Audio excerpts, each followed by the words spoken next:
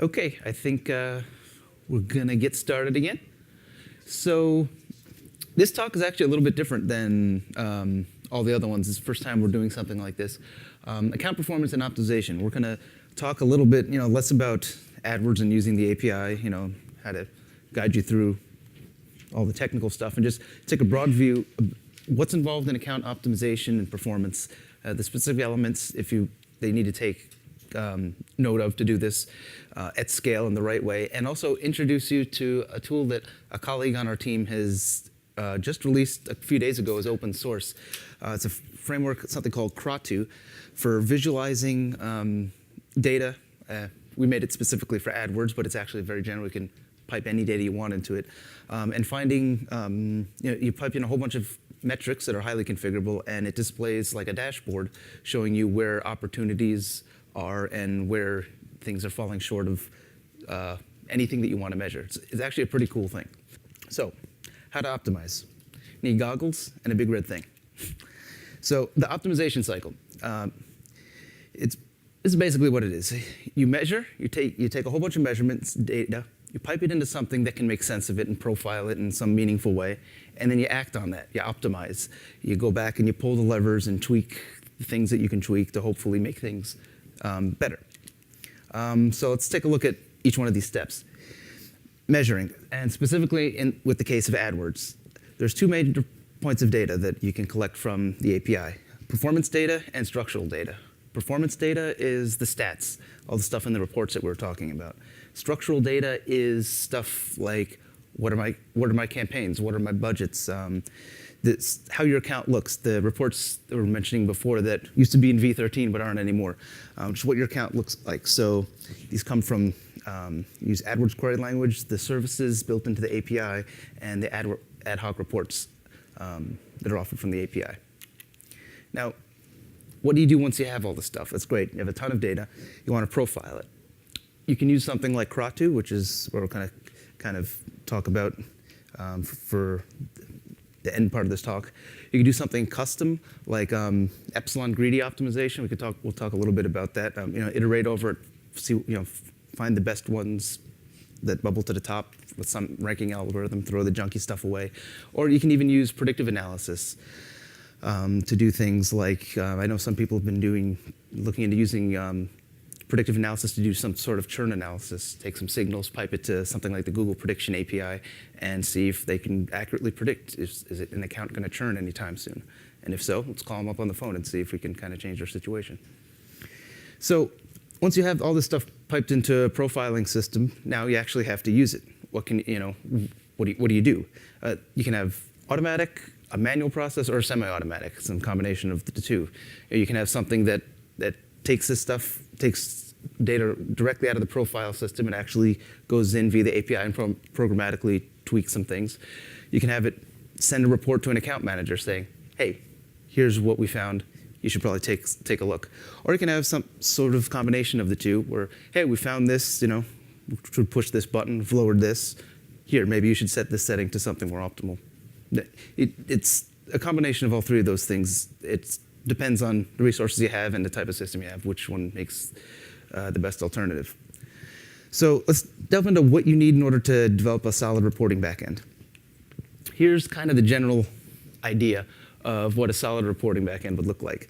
The cloud all the way on the your right side of the diagram, is AdWords. Now, we'll show you. We have an example code of this thing called the report downloader, which basically is a multi-threaded Java application that can pull data from the AdWords reports. So how you'd want to structure this is you can use a combination of reports and the AdWords services. You could pull structured data from like the managed customer service, which gets its source of truth from MCC information in AdWords.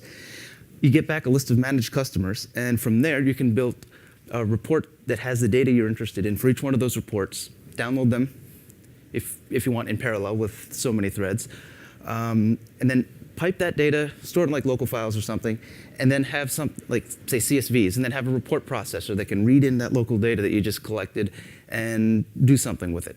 Dump it into a database, whether it's MySQL, MongoDB, Actually, I have code snippets showing each of these for a simple thing like a CSV processor coming up. That's one of the DAs on our team in Madrid developed and contributed to this project Kratu that you can actually go and get. There's a GitHub location I'll show you.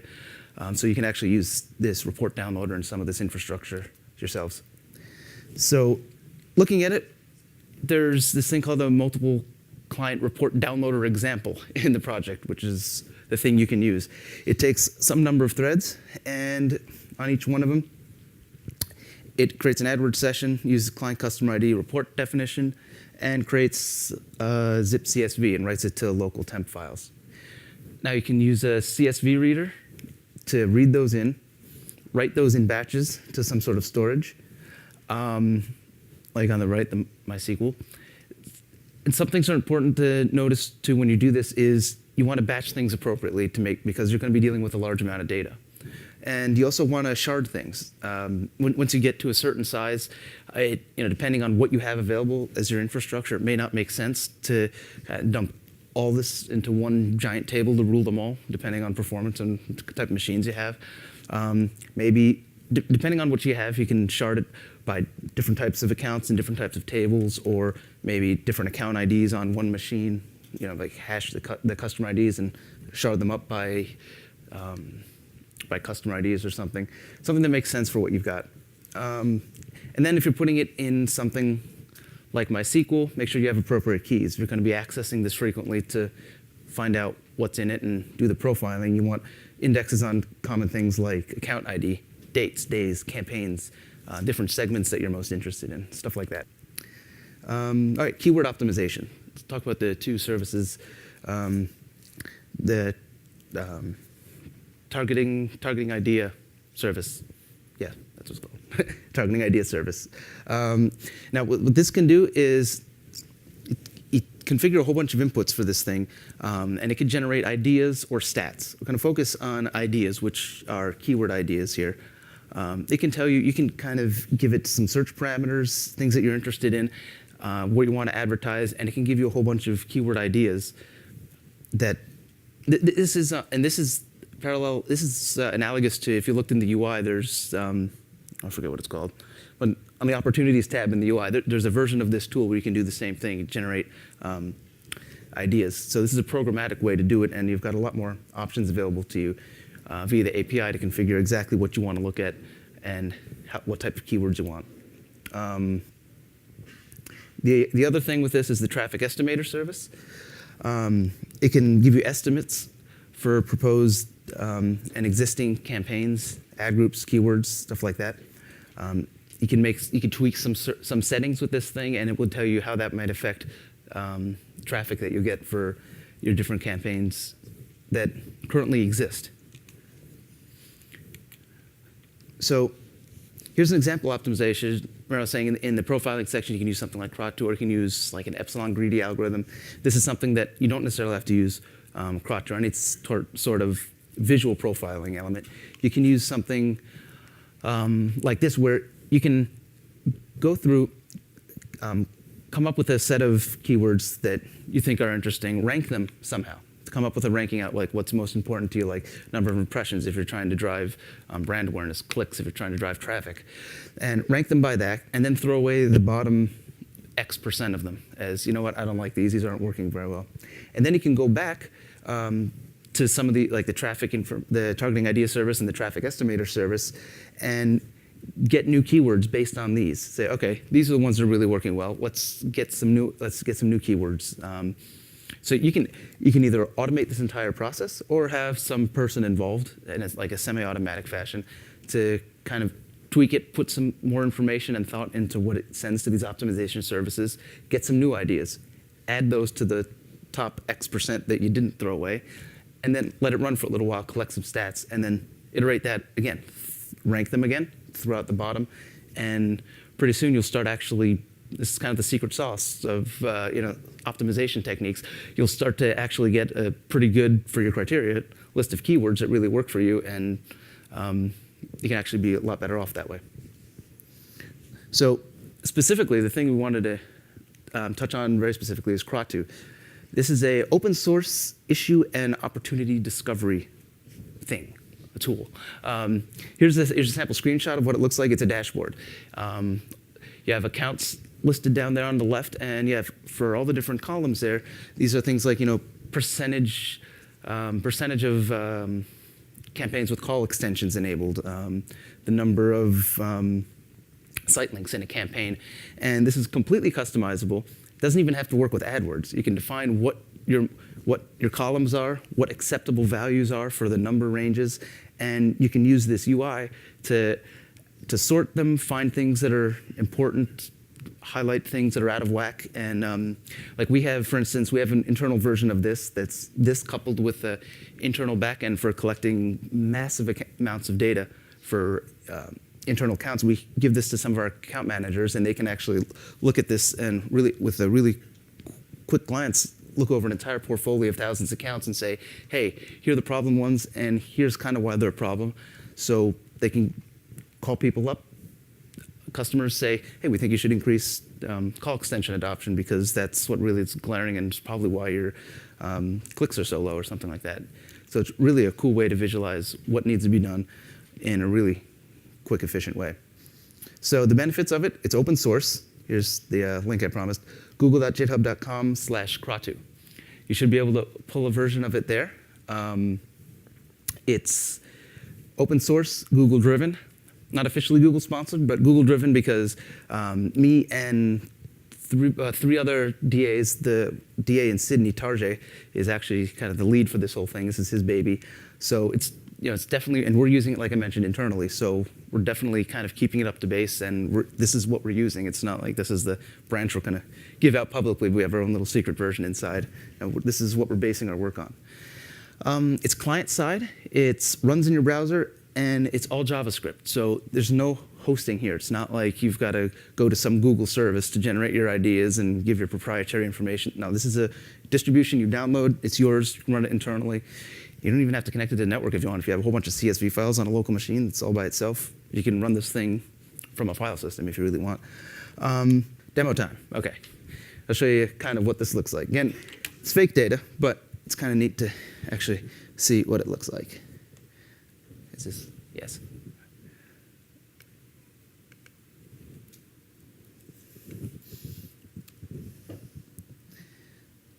Hey, it worked.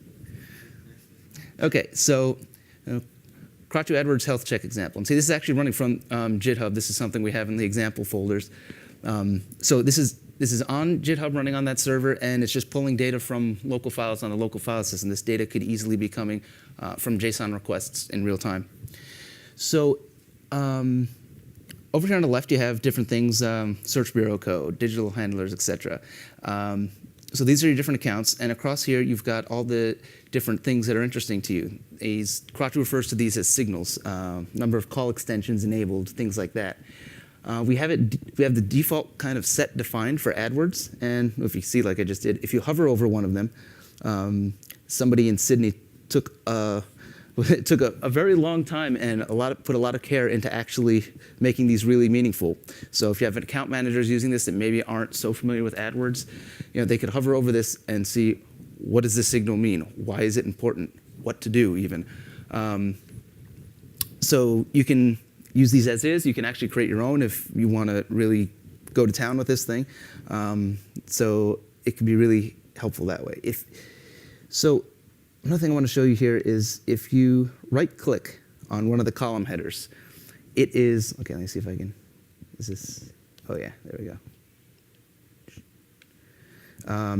You can adjust the thresholds for what you consider important, too high, too low, directly in real time dynamically through the UI. And let's see if percent call extensions enabled. Oh, they're all 0. That's why it's not changing anything. Let me find one that's not 0, because you can actually see the values. This one here, the values update in real time. As I move this slider, they're changing and reordering them by how important they are and the new important minimum I think of in this signal. So you define default values for these things, but then once you really know what they mean, you can come into the UI here, and some people like account managers or whoever's using this can actually say, you know what, maybe call extensions or lost impression here in this example, lost impressions due to bid and ad rank. Maybe that's really not the problem, so let's not consider it that important. Let's put the weighting down there. Then all of a sudden, you see, going back up, those rows are trickling down to the bottom in the the ranking sort order. They're not important, so you know what? That's not important. Now, other rows with bigger issues defined by this relative weighting will come up to the top. So yeah, this is sample data, and I think this full working example, like it shows up there, is included in the project, so you can actually just download that and use it, play around with it, see how it works.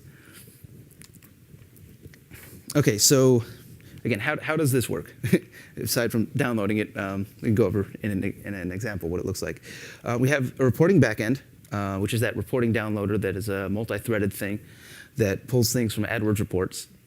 It fetches them, processes rows from reports, and then stores them in data storage. MySQL and MongoDB are two things that we actually have existing code to do, puts them in there.